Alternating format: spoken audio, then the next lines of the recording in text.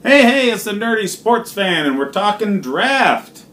Now, this year I'm doing my personal mock draft. That'll come later. Leading up to the draft, what we're doing is a team-by-team, a simulated draft. I used for this the Draft Network, which is a very good source. You can draft against their predictive board, against what they actually think the talent value of the players are. A couple of different options there. You can draft for every team. You can draft just for one division. You can draft for whatever teams you want.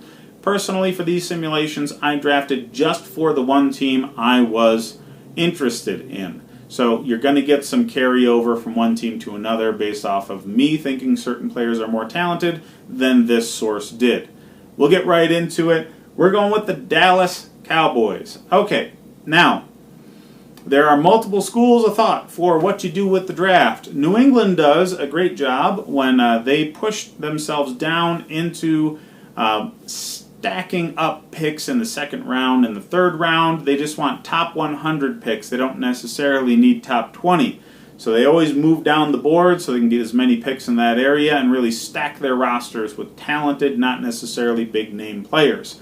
That is most certainly not what the Cowboys do. Jerry Jones describes himself as a salesman, and what he's been doing to Cowboys fans is criminal. The guy has been selling you a bill of goods, and the easiest way to go about that is to focus solely on high-value positions. So that's what they do. Edge rushing talent is almost always around in Dallas. Wide receivers that are really good are almost always around in Dallas. Running backs, quarterbacks, almost always around. It's because those are the premier positions that make huge differences. Every other position kind of works to help depth and even things out. That's what real teams do. They build the entire team, not just a couple of key positions. That's not what Dallas does. They're very, very much an ADD sort of front office. They see something shiny, they got to have it. They use all their resources to do that, and they end up not having depth because of it. So here, they don't have a first-round pick. Your first-round pick was Amari Cooper last year. Now, that's not to say that wasn't a good decision. Amari Cooper is a fantastic talent. He was available and made a huge difference in the way the offense runs in Dallas from the moment he stepped in the building. So that really was kind of worth it. There's not really wide receiver talent that's as good as an Amari Cooper in this draft. This draft is more defense, and Dallas had one of the better defenses in the league last year. So they could sacrifice that first-round pick to build up in an area that they needed to. So that was kind of smart. But they don't really have many top 100 picks because of it. They only have, actually, 2. They've got number 58, which, in this case, I went with in my mock draft simulation, Irv Smith Jr. Now, I know what you're going to say. Their tight end just came out of retirement. Witten came out of the announcer's booth and went back to Dallas. They don't need a tight end. Yeah, that's wrong, okay? Witten retired because he's old, okay?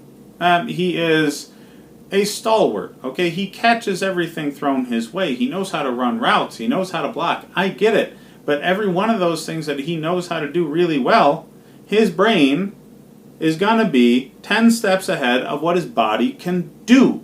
That's what happens as you age. He knows how to do it. He just can't anymore. I guarantee you there is going to be a tailing off. And having a very, very talented like Irv Smith Jr. available to you at this pick, I didn't see it happening, but it did in this draft model. So I snapped him up because somebody like him learning from a Jason Witten will drastically improve and speed up his development. So you need a tight end of the future, and Irv Smith Jr. will be it. You had 90 pick, and something that Dallas does really, really well is develop defensive line talent. For this reason, I went with Kalen Saunders, defensive tackle out of Western Illinois. Now, he's not the most polished guy. He isn't. Okay? He's a physical freak, though. Okay? This guy is big, and he's fast, and he overwhelms people with his power and speed. The polish will come from their defensive coaching staff.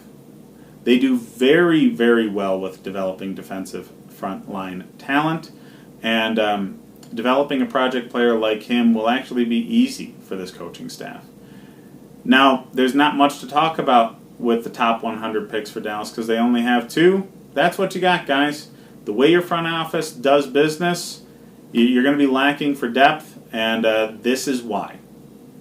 I'm sorry, Dallas fans. I really don't like your team, so I kind of am happy that this is what's happening, but you don't deserve it. Okay, no fan base deserves to put an amount of energy and money towards their team and not get a payoff. So you guys not doing well in the playoffs for as many years as you have is kind of criminal on Jerry Jones's part.